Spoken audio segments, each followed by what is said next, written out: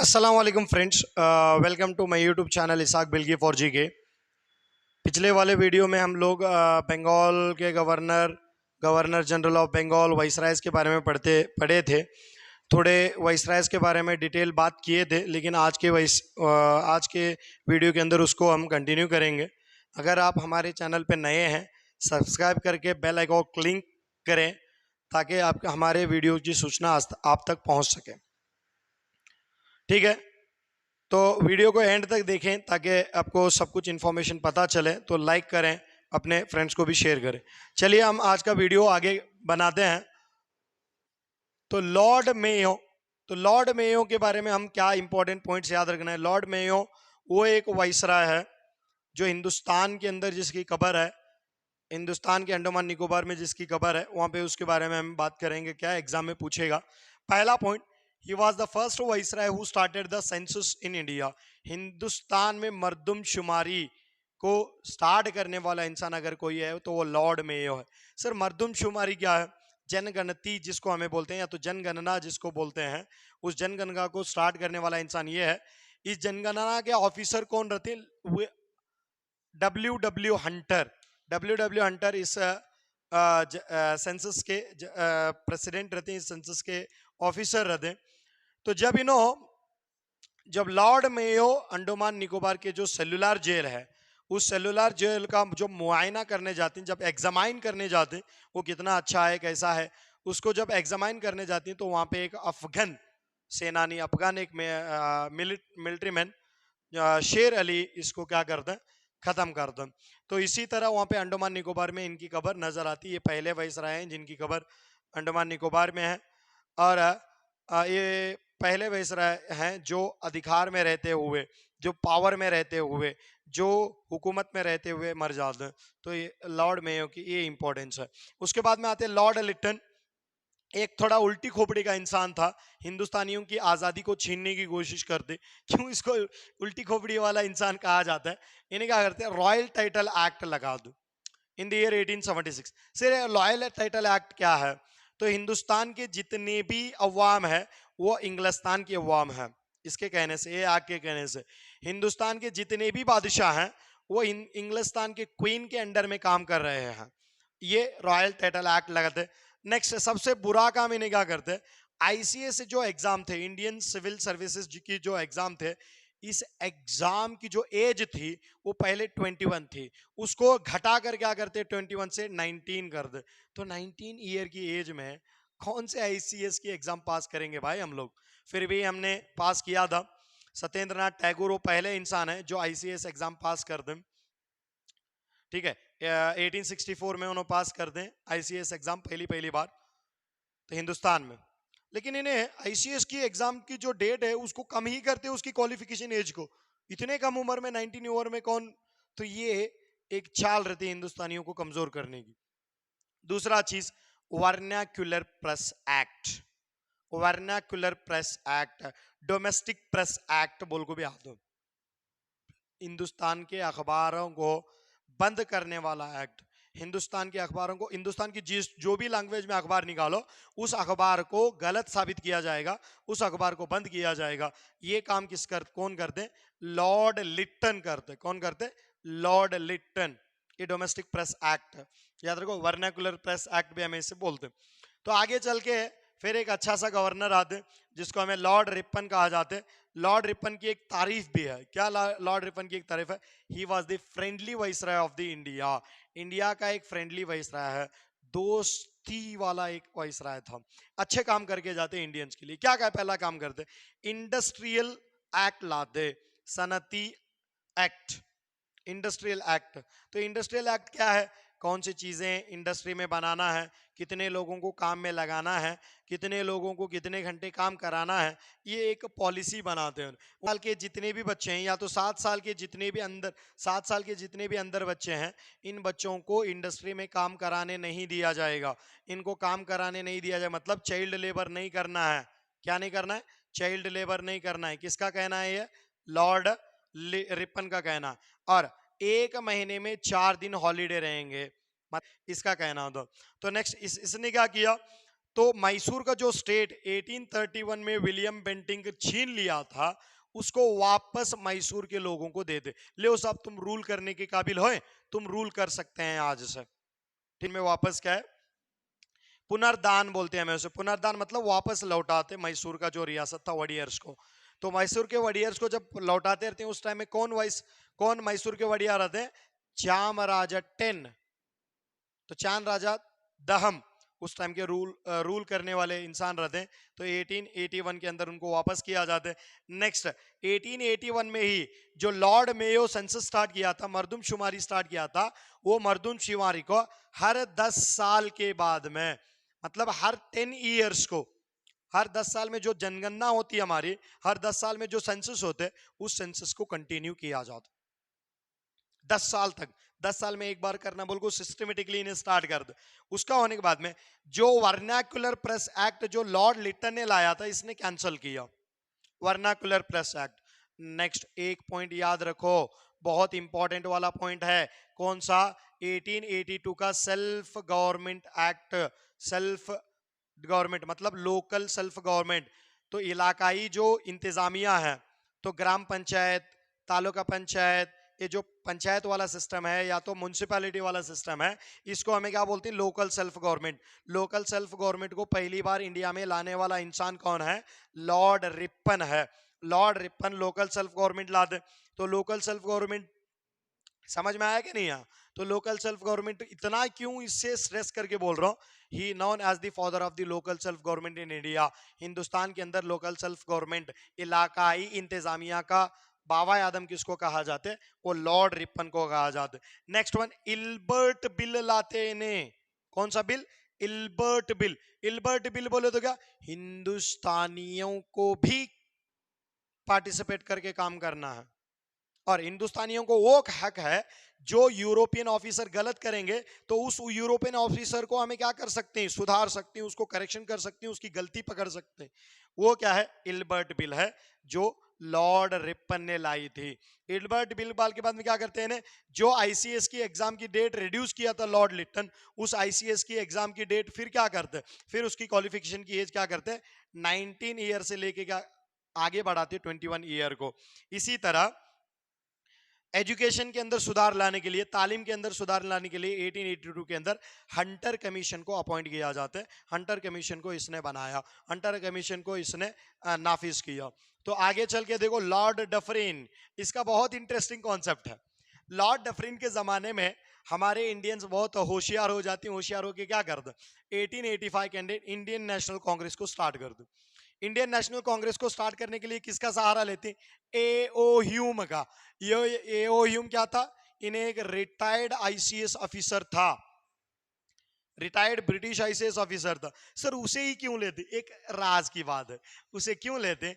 Britishers कभी भी इन हिंदुस्तानियों से स्टार्ट किया हुआ इंस्टीट्यूशन को बचाते नहीं थे, और अंग्रेजी इंसान से स्टार्ट हुआ इंस्टीट्यूशन को कभी डुबाते नहीं थे।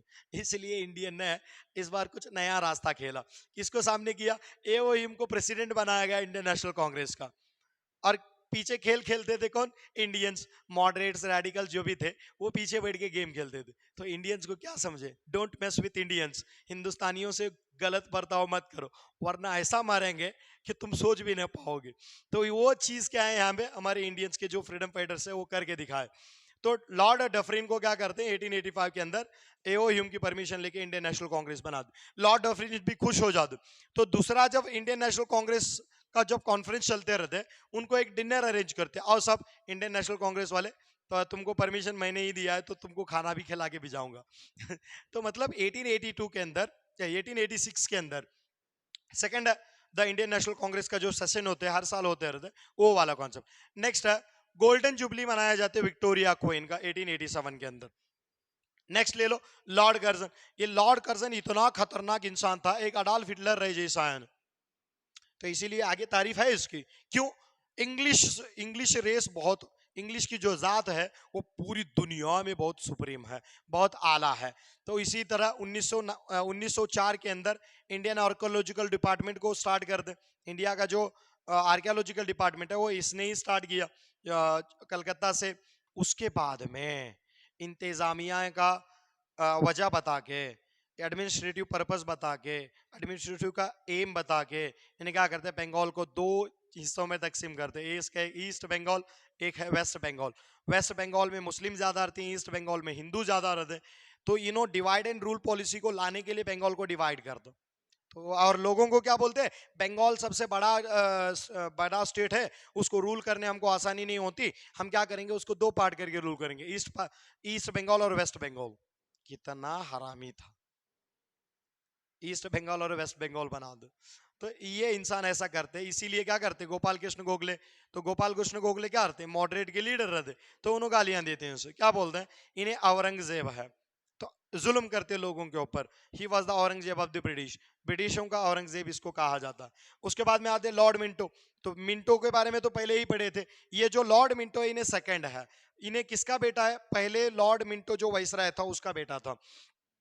तो इसके जमाने में मुसलमान क्या करते हैं, 1906 के अंदर, नॉट 1905 नहीं, 1906 के अंदर मुस्लिम लीग को स्टार्ट करते हैं। मुस्लिम लीग एक नया पक्ष स्टार्ट करते हैं, जैसा इंडियन नेशनल कांग्रेस रहते हैं वैसा मुसलमानों के लिए मुस्लिम लीग स्टार्ट करते हैं। तो सलीमुल्लाह खान या आगा खान जो ढाका के नवाब थे, वो जो सलीमुल्लाह खान थे या आगा खान थे, उन्होंने स्टार्ट करती मुस्लिम लीग 1906 के अंदर। उसके बाद में TISCO, Tata iron and steel company, इसके जमाने में स्टार्ट होती है 1907 के अंदर। नेक्स्ट, सूरत के अंदर जो डिवाइडेशन होते हैं, इंडियन नेशनल कांग्रेस, मुस्लिम लीग और मॉडरेट और रेडिकल अलग होते हैं। तो डिवाइडेशन जब होते हैं सूरत के अंदर, और सूरत डिवाइडेशन भी इसी के टाइम में होते हैं। लिख लो यहाँ पे, सूरत की फूट करके हमें पुकारते हैं, उससे इंडियन नेशनल कांग्रेस फूट जाती है। तो नेक्स्ट, 1905 के अंदर मिंटो मार्ले, 1909 के अंदर मिंटो मार्ले रिफॉर्म्स आते, मिंटो मार्ले के इस्लाहात आते, वो इसी के जमाने में आते। तो ये पहला वाइसराय था जिसने वाइसराय काउंसिल के अंदर इंडियंस को भी पार्टिसिपेट करने का मौका देते, इंडियंस को भी शामिल होने का मौका देते।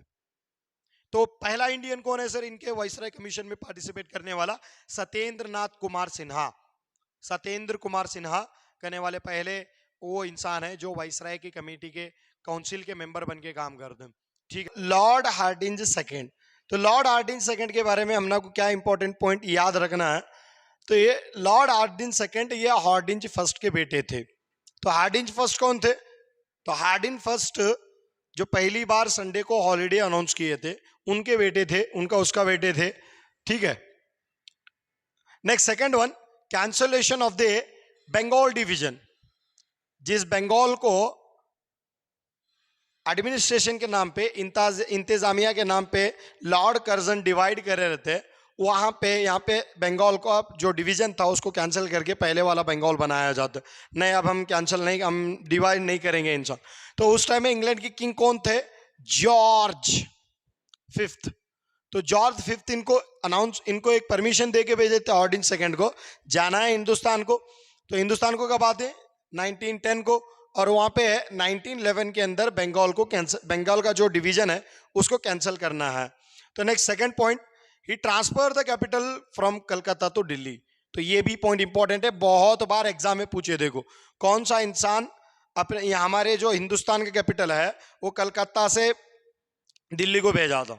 तो ये बहुत सारा इंपॉर्टेंट पॉइंट इसलिए है क्योंकि बार बार क्वेश्चन पूछा हुआ है। तो मुर्शिदाबाद से मोहंगीर को मीर कासिम लेके जाते, मुर्शिदाबाद से कलकत्ता को वारन हेस्टिंग्स लाते, और कलकत्ता से दिल्ली को हार्डिंज सेकंड लाते। उसी तरह दिल्ली से देवगिरी को कौन लेके जाते, कमेंट सेक्शन में बताए, दिल्ली से देवगिरी को कौन लेके जाते, कौन ट्रांसफर करते कैपिटल। उसी तरह लाहौर से दिल्ली, तो लाहौर से दिल्ली लाने वाला इल्तमश है। तो कुतुबुद्दीन ऐबक का जो कैपिटल था वो लाहौर ही था। ठीक है, इस तरह कैपिटल ट्रांसफर करते। नेक्स्ट, 1911 के अंदर इंग्लैंड का जो क्वीन या तो इंग्लैंड का जो किंग रहते हैं, दोनों लोगों को हिंदुस्तान बुला के दिल्ली दरबार चला दो। तो दिल्ली के अंदर एक ग्रांड फंक्शन करते, उसको हम दिल्ली दरबार कहा जाता है। दिल्ली दरबार कोई होटल नहीं है, ठीक है, हाँ, उसका नाम ऐसा पड़ जाता है कि ये दिल्ली का दरबार है। तो दिल्ली के दरबार को इंग्लैंड के क्वीन एंड किंग दोनों लोग आते हैं। उसके बाद में 1911 के अंदर इंडियन नेशनल कांग्रेस के कलकत्ता कॉन्फ्रेंस में, कौन से कॉन्फ्रेंस में, कलकत्ता कॉन्फ्रेंस में, इंडियन नेशनल कांग्रेस के कलकत्ता कॉन्फ्रेंस में, उस टाइम में बी एन धर, कौन रहते, बी एन धर उसके प्रेसिडेंट रहते। तो वहां पे जन गण मन अधिनायक जय हे गाया जाते। और जन गण मन अधिनायक को पहली बार गाने वाले कौन थे? डॉक्टर सरला देवी थे। तो लिखते कौन जन गण मन? रविन्द्रनाथ टैगोर। तो गाते हैं सरला देवी।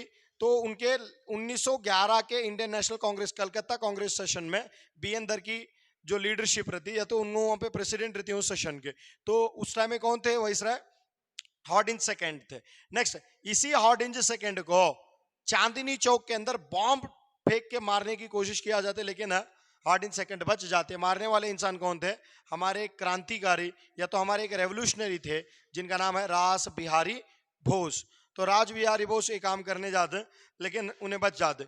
इसी हार्डिंग सेकंड के जमाने में 1915 में महात्मा गांधी जी साउथ अफ्रीका से इंडिया चले आते। ठीक है। Next, मॉन्टिगो Chelmsford. नेक्स्ट कौन है? मॉन्टिगो चेम्सफोर्ड, या तो इसे सॉरी चेम्सफोर्ड कहा जाता है। मॉन्टिगो ने वो एक रिफॉर्मेशन एक्ट है, एक्ट का नाम है। तो चेम्सफोर्ड क्या करते हैं? चेम्सफोर्ड के इलाके में, चेम्सफोर्ड के टाइम में ही 1916 के अंदर होम रूल मूवमेंट स्टार्ट किया जाता है। कौन सी मूवमेंट है? Home rule movement. तो ये होम रूल मूवमेंट क्यों स्टार्ट किया जाता है? तो हिंदुस्तान को आजादी दिलाने के लिए एनी बेसेंट ने भी इस होम रूल मूवमेंट को स्टार्ट किया। एनी बेसेंट और बाल गंगाधर तिलक मिला के होम रूल मूवमेंट चला दे। तो ये होम रूल मूवमेंट चलाते जब इन्होंने दे। Next one, Lucknow agreement.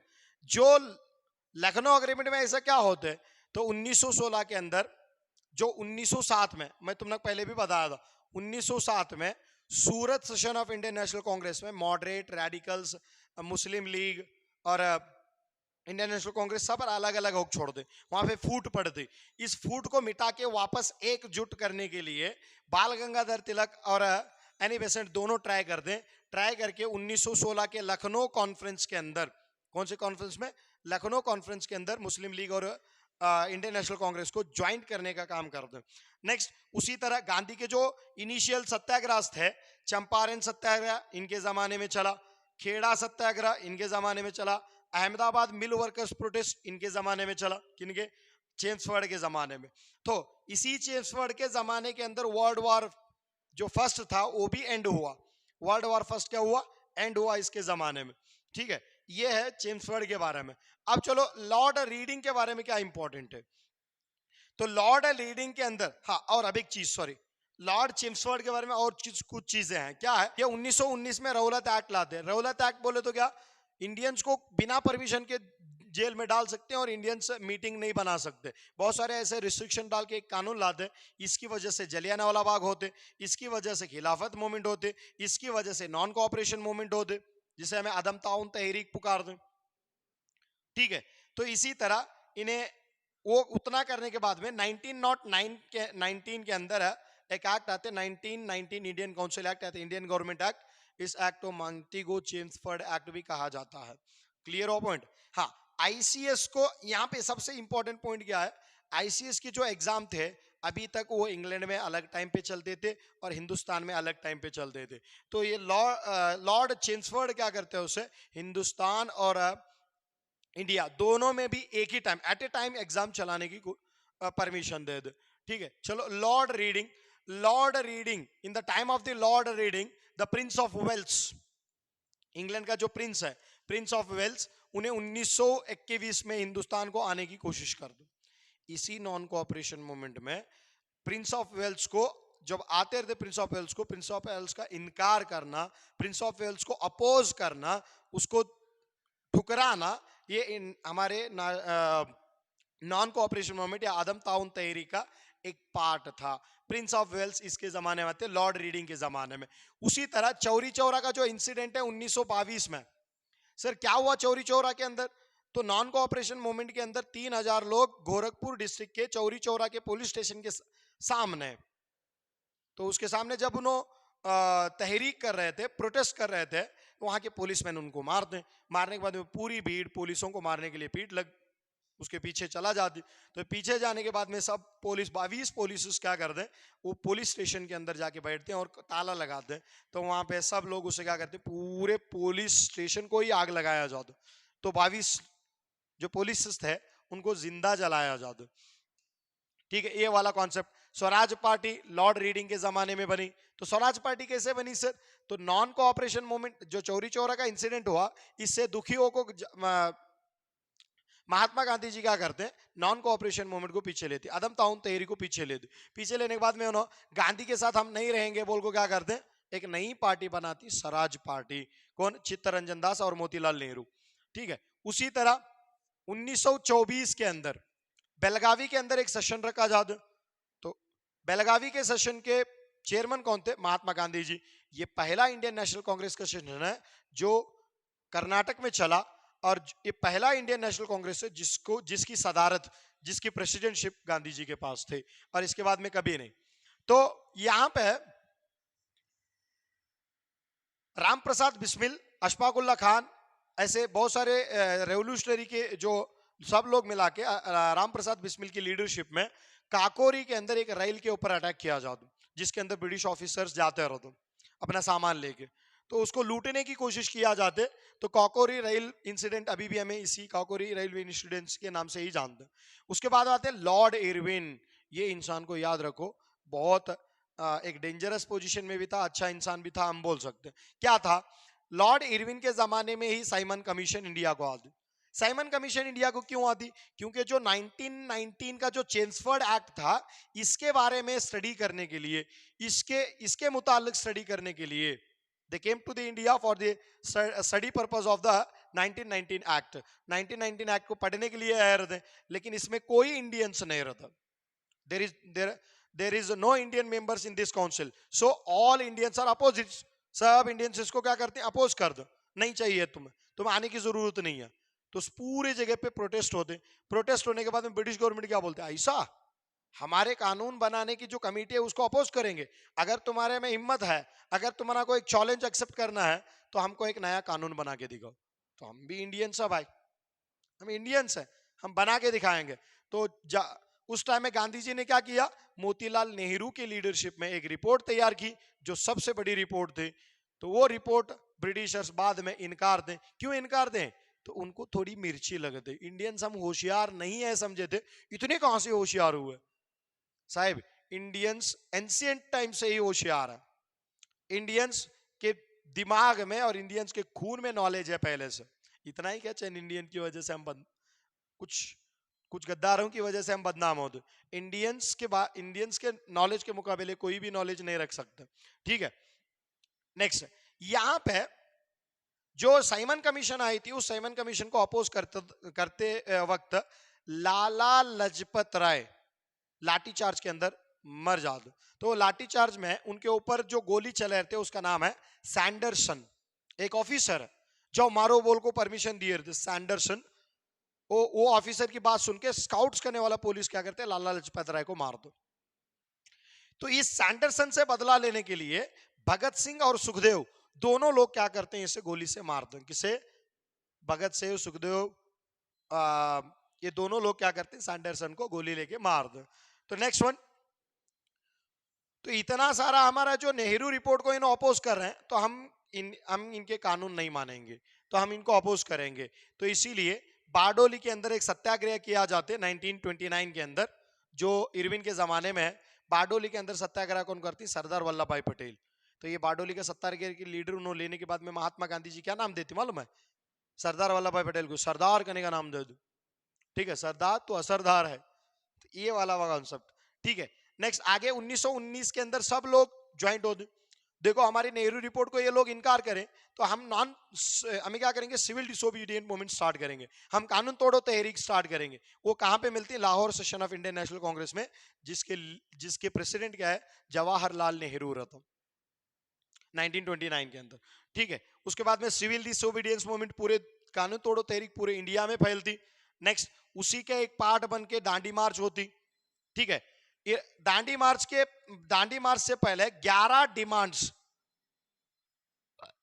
11 demands, 11 मांगे एक लेटर में लिख के इरविन को क्वेश्चन पूछा जाते गांधी जी के द्वारा। गांधी जी इरविन को क्वेश्चन पूछते हैं, अगर ये 11 मांग तुम मान लेंगे तो हम कोई भी कानून तोड़ो तहरीक नहीं बनाएंगे। अगर तुम इसको रिजेक्ट करे तो थ्रू आउट द इंडिया हम सिविल डिसओबीडियंस मूवमेंट बनाएंगे। तुम कानून बनाते थको, हम तोड़ के थकेंगे। ठीक है, तुम कानून बना के थको, हम तोड़ के थकेंगे, मतलब तुम कानून बनाते रहो, हम तोड़ते रहेंगे। इसीलिए ये हुआ। तो फर्स्ट राउंड टेबल कॉन्फ्रेंस था, वो गांधी और इरविन वहां पे कौन रहते, वाइसराय रहते, ठीक है। फर्स्ट राउंड टेबल कॉन्फ्रेंस चलते 1930 के अंदर। इस फर्स्ट राउंड टेबल कॉन्फ्रेंस में इंडियन नेशनल कांग्रेस पार्टिसिपेट नहीं करती।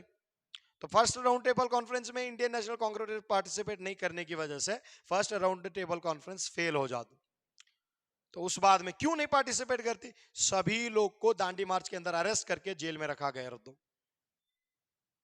तो गांधी जी ने दिमाग लगा दो, इरविन आते गांधी जी के पास, गांधी जी तुम्हें हमें मिल को एक पैक्ट बना लेंगे, गांधी इरविन पैक्ट, या तो इसे हमें दिल्ली पैक्ट के नाम से भी जानते। तो 1931 के अंदर चलते, तो वहां पे एक डिमांड बढ़ती, क्या है, जो भी मासूम लोग जेल में कैद हैं उन लोगों को छोड़ना चाहिए, और सेपरेट इलेक्टोरल कॉलेज के बारे में बात नहीं करना है राउंड टेबल कॉन्फ्रेंस में। अगर ये दो शर्तें अगर मंजूर हैं तो मैं तुम्हारे पैक्ट के अंदर शामिल होकर उसके ऊपर सिग्नेचर करके मैं भी इंग्लैंड आऊंगा। ये बात कौन बोलते, महात्मा गांधी जी बोलते। तो इस तरह से लॉर्ड इरविन के जमाने में, तो ये गवर्नर जनरल हमको या तो वाइसराय हमको याद रहना बहुत जरूरी है, क्योंकि कौन किससे के साथ बात करते, कैसा करते हैं, ये सारी चीजें हमको समझना जरूरी है। लॉर्ड वेलिंगटन के टाइम में क्या इंपॉर्टेंट चीज है, एक तो 1932 के अंदर सेकंड राउंड टेबल कॉन्फ्रेंस होते। पिछली बार जो बात किए थे हम लोग, क्या बात किए थे, लॉर्ड इरविन और गांधी के बीच में पैक्ट होने की वजह से गांधी जी ने राउंड टेबल में पार्टिसिपेट करने की मांग जड़ी थी। सब लोगों को बताया था कि मैं पार्टिसिपेट कर सकता हूं अगर वो मासूम लोगों को छोड़ेंगे। तो सेकंड राउंड टेबल कॉन्फ्रेंस में जाते तो वहां जाने पर सेपरेट इलेक्टोरल कॉलेज की बात होती, सेपरेट इंतखाब निज़ाम के बारे में बात होती। तो वो बात होने के बाद में उन्होंने क्या करते वहां से निकल के चले जाते, निकल को वापस आते। वापस जैसा ही उन्होंने आको एरवाड़ा जेल में रहते, तो इंग्लैंड के जो प्राइम मिनिस्टर थे राम से मैकडोनाल्ड, जो तीनों राउंड टेबल कॉन्फ्रेंस चलाए थे, तो इंग्लैंड के प्राइम मिनिस्टर कौन थे उस टाइम में, राम से मैकडोनाल्ड। तो ये राम से मैकडोनाल्ड क्या करते, कम्युनल अवार्ड अनाउंस कर दे। सर कम्युनल अवार्ड बोले तो क्या, तो कम्युनल अवार्ड बोले तो SC ST को या दूसरे दूसरे कम्युनिटी को सेपरेट इलेक्टोरल कॉलेज दिया जाता। इसको अपोज करके गांधी ने क्या किया, इसको अपोज करके गांधी जी ने पुणे की एडवारा जेल के अंदर मरने तक सत्याग्रह करना स्टार्ट किया। तो सत्याग्रह अनटू डेथ, मरने उनके मरने के तक भी उन्होंने सत्याग्रह करेंगे। तो बाद में बजा बुझा के या तो बिला बुझा के 1932 के अंदर डॉक्टर बाबा साहेब भीमराव अंबेडकर और महात्मा गांधी जी के बीच में एक पैक्ट हो जिसे हमें पूना पैक्ट कहते हैं। कौन सा पैक्ट कहते हैं, पूना पैक्ट, या तो एरवाड़ा जेल वाला पैक्ट, कौन सा पुकारते हैं पुकारो उसे याद रख सकते हैं, या तो गांधी अंबेडकर पैक्ट भी हमें पुकारते। उसके बाद में आते हैं Lord Linlithgow. Lord Linlithgow जैसा ही इंडिया को आते तो सेकंड वर्ल्ड वॉर उधर स्टार्ट होती, इसके लिए एक चैलेंज भी था। सेकंड वर्ल्ड वॉर उधर स्टार्ट होने के बाद में इन्हें क्या बोलते, without the Indian we can't do anything in the first world, in the second world war. दूसरी वर्ल्ड वॉर में हमें इंडियंस की मदद के बिना कुछ नहीं कर सकते। इसीलिए उन्होंने क्या करते, अगस्त गिफ्ट लगाते हमारे पास। कब, अगस्त गिफ्ट। तो अगस्त 8 को अगस्त गिफ्ट लाते 1940 के अंदर। क्या यहाँ पे बोलते, अगर इंडियंस हमको सेकंड वर्ल्ड वॉर में सपोर्ट करेंगे, इसके बाद में उनको क्या है, एक कॉन्स्टिट्यूशन बनाने की परमिशन दी जाएगी। समझ में आ रहा है, ऐसा एक गिफ्ट देने के बाद में इंडियंस इसको अपोज कर दो। अपोज करने के बाद में चुप नहीं बैठते, फिर उन्होंने क्या करती, क्रिप्स मिशन भेजते। फिर 1942 के अंदर 1942 के अंदर एक क्रिप्स मिशन भेजते। तो गांधी जी से क्या बोलते मालूम है, ये सिर्फ हमको आस दिखा रहे हैं, ये सिर्फ हमको क्या कर रहे हैं, बहला फुसला रहे हैं। इसीलिए हमको क्या करना है, ना क्रिप्स मिशन देखना है ना क्या अगस्त गिफ्ट देखना है, हम सीधा करेंगे अब क्विट इंडिया मूवमेंट। चलो यहां से, बहुत हुआ तुम्हारा, डू और डाई इंडियंस, डू और डाई, भेजो इनको यहां से, चले जाओ तहरीक, निकल जाओ, भाग जाओ कर बोल को इनको भगाने की कोशिश की आजाद। तो उसके बाद में उधर से सेकंड वर्ल्ड वॉर में नेताजी सुभाष चंद्र बोस पार्टिसिपेट कर रहे थे, जिन्होंने 1942 के अंदर इंडियन नेशनल आर्मी की जो फौज थी, आजाद हिंद फौज को स्टार्ट कर दी। तो नेक्स्ट जाओ, लॉर्ड वेवेल के जमाने में सेकंड वर्ल्ड वॉर खत्म होती। तो फाइनली 1946 के अंदर कैबिनेट मिशन इंडिया को आती, तो इसी कैबिनेट मिशन के हिसाब से हमना को कॉन्स्टिट्यूशन बनाने का एक पावर मिल जाते। कॉन्स्टिट्यूशन की जो कॉन्स्टिट्यूएंट असेंबली है, उस कॉन्स्टिट्यूशन असेंबली को हमें बनाने की कोशिश कर दें। उसके बाद में इंटराइम गवर्नमेंट स्टार्ट होती, एक टेम्पररी गवर्नमेंट बना दे जिसके हेड वाइसराय रहते हैं और उसके अंडर में कौन काम करते रहते हैं, वाइस प्रेसिडेंट कहो या वाइसराय के अंडर में काम करने वाले जवाहरलाल नेहरू, जिनको हमें पहले प्राइम मिनिस्टर के नाम से जान दो। इनके बाद में लास्ट में हमारे इंडिया को कौन आते हैं, लॉर्ड माउंटबेटन। इसीलिए यहाँ पे पहला पॉइंट क्या है, he was the last viceroy of the India, India के ये लास्ट वाइसराय है। Next point, he was the first governor general of India. आजादी मिलने के बाद में भी इन्हों गवर्नर जनरल के ही कंटिन्यू हो दो, क्यों, हमको हुकूमत करने का एक्सपीरियंस नहीं था, इसीलिए इनको कंटिन्यू किया आजाद। इनको कंटिन्यू करने से पहले ये भी बात याद रख लो, यही वो इंसान है जिसने जून प्लान बना के इंडिया को डिवाइड किया था। तो फाइनली इंडिया को डिवीजन कब करते हैं, 15 अगस्त 1947 के अंदर क्या है, हमारा देश आजाद होते, पाकिस्तान अलग होते। नेक्स्ट इसी जून प्लान के तहत कर जाते, तो मोहम्मद अली जिन्ना, जवाहरलाल नेहरू, महात्मा गांधी जी सभी लीडरों के साथ बैठ के डिस्कशन करते माउंटबेटन। और आखिर में क्या है, जिन्ना ने बात नहीं मानी। जिन्ना क्या बोल दे, the Hindu and Muslim can not stay one nation, तो उसकी बुजदिली थी, ये हमारा मुल्क है तो हम यहाँ रहेंगे जरूर, ठीक है। तो यहाँ पे एक नॉर्मल सा कॉन्सेप्ट है, क्या है, हिंदुस्तान हिंदुस्तानियों के लिए है, तो हम हिंदुस्तानी हैं तो हम यहाँ रहेंगे। तो मौलाना अबुल कलाम आजाद ने कहा, दूसरे मुल्क के नाम पे, तकसीम मुल्क के नाम पे भगोड़े की जिंदगी मत गुजारो। तो ये हमारा ये मिट्टी है, इस मिट्टी में हम पैदा हुए हैं, इस मिट्टी में ही रहेंगे और इसी मिट्टी में दफन होके निकलेंगे। तो ऐसा करने के बाद में पूरे इंडियंस क्या है, यहीं पे रुक गए। गांधी जी ने भी अनाउंस किया कि जो रहना है रहने दो और जो जाना है जाओ, लेकिन इस मुल्क से प्यार करने वाले यहाँ पे रह सकते हो। तो ये सारे मामले क्या है, एक एक बाहर आ दे। तो इस तरह से हमारा देश आज़ाद हुआ। पूरे governor general, first governor general से अभी तक पूरे गवर्नर जनरल को हमने पढ़ा। इसमें मॉडर्न जो तुम्हारा हिस्ट्री है, इसमें आधी हिस्ट्री कवर हुई समझो तुम, ठीक है। ये वीडियो पूरे लास्ट तक जो जितने भी लेंदी क्यों ना हो, ये वीडियो तुम्हारे लिए मिनिमम से मिनिमम 10 मार्क्स तो कैरी करते हैं कौन से एग्जाम में रहते हैं। अगर वैसे भी जीपीएस तैयार में बोलेगे तो बहुत सारे क्वेश्चंस यहाँ पे कैरी हो सकता। तो मैं इन ब्रीफली तुमने को होल एंड सोल मॉडर्न जो इंडिया की हिस्ट्री थी वो पूरा बताए जैसा हुआ, क्योंकि हर गवर्नर जनरल भी वो काम था। अब उसको डिटेली एक एक इंसिडेंट को क्या है, मैं अगली वाली वीडियो में ऐसे ही कंटिन्यू करते रहेंगे। तो इसी तरह हमारे चैनल को प्यार देते रहिए। तो लाइक करें, शेयर करें, सब्सक्राइब करें, अपने फ्रेंड्स को भी बताइए कि ऐसा यूट्यूब चैनल में यहाँ पे डिटेली एक्सप्लेनेशन होते हैं, हिस्ट्री, पॉलिटिकल साइंस, जियोग्राफी, वो पूरे जितने भी सब्जेक्ट्स हैं सोशल साइंसेस के। हो सके आगे आते आते हम मेंटल एबिलिटी भी करेंगे, बोल रहे हैं, लेकिन वो भी करेंगे, बहुत जल्द आएगा उसका भी मामला। तो उम्मीद है कि हमारा वीडियो आपको पसंद आया होगा। फिर मिलेंगे अगली वीडियो में एक नए कॉन्सेप्ट के साथ, तब तक के लिए अल्लाह हाफिज़।